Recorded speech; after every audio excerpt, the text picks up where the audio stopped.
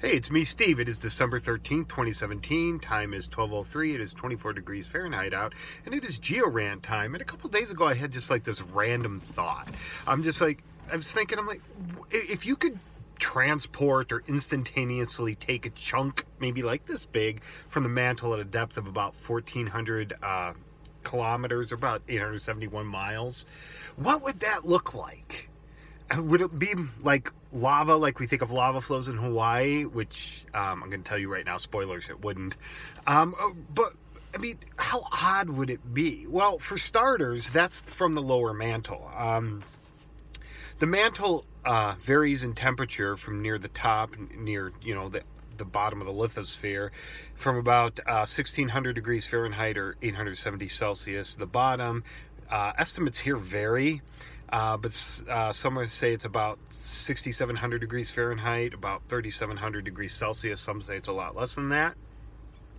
And that's at about a depth of about 2,900 kilometers or 1,800 miles. But you got to remember, the mantle it's a solid. It's not a liquid. So when you think of lava, lava's a liquid, yeah, but mantle is under pressure. It's under heat, but it is a solid. If you its properties are kind of like silly putty. You pull slowly, it stretches. You pull quickly, it'll break. So it is a solid. And it's 84% of the Earth's volume. That's a lot, which equates to about 67% of the mass. The reason why it's only 67% of the mass is because its density is less than the core. The density of the mantle varies from about 4.6 to 5.6 grams per centimeter cubed, which is about 0.17 to 0.20 pounds per cubic inch.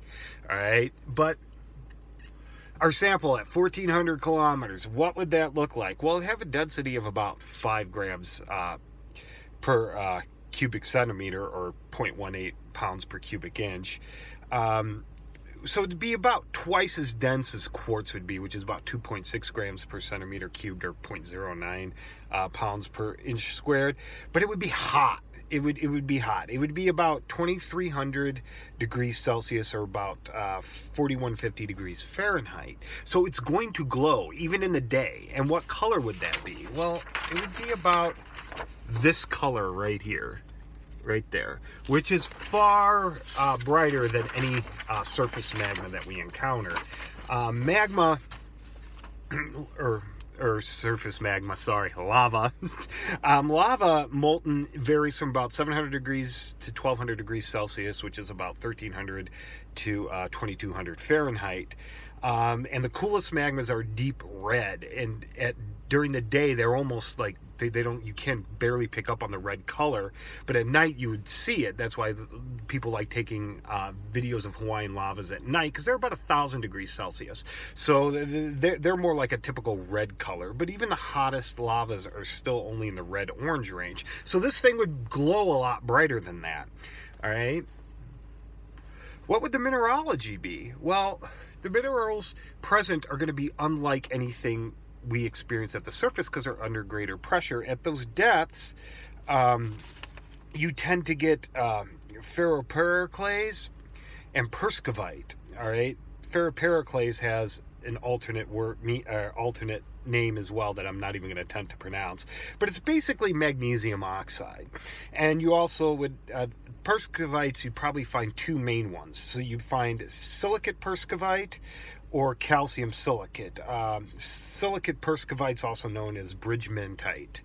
All right, and just to show you here the chemical formulas and stuff like that, that's probably what you would find. All right, now if you instantly transported that chunk of mantle to the surface, the minerals aren't really going to probably change much, but the crystal structure is going to change. It's going to be hot enough where it's going to change, because it's no longer under that pressure. You're going to get different pseudomorphs of crystals, which I think is really cool. So this thing would glow during the day, and you'd see it. It'd be the orange to yellowish orange color, and it would but it would cool really quickly.